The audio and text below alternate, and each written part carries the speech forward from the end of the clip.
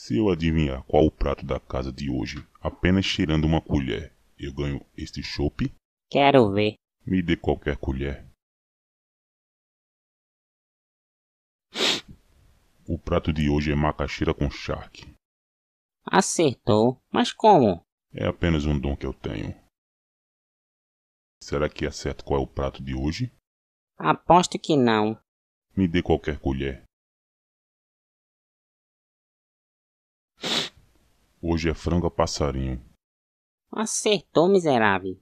Não é possível. Garçom? Rosinha, chegou aquele maldito cliente que te falei, que acerta todos os pratos do dia só cheirando uma colher.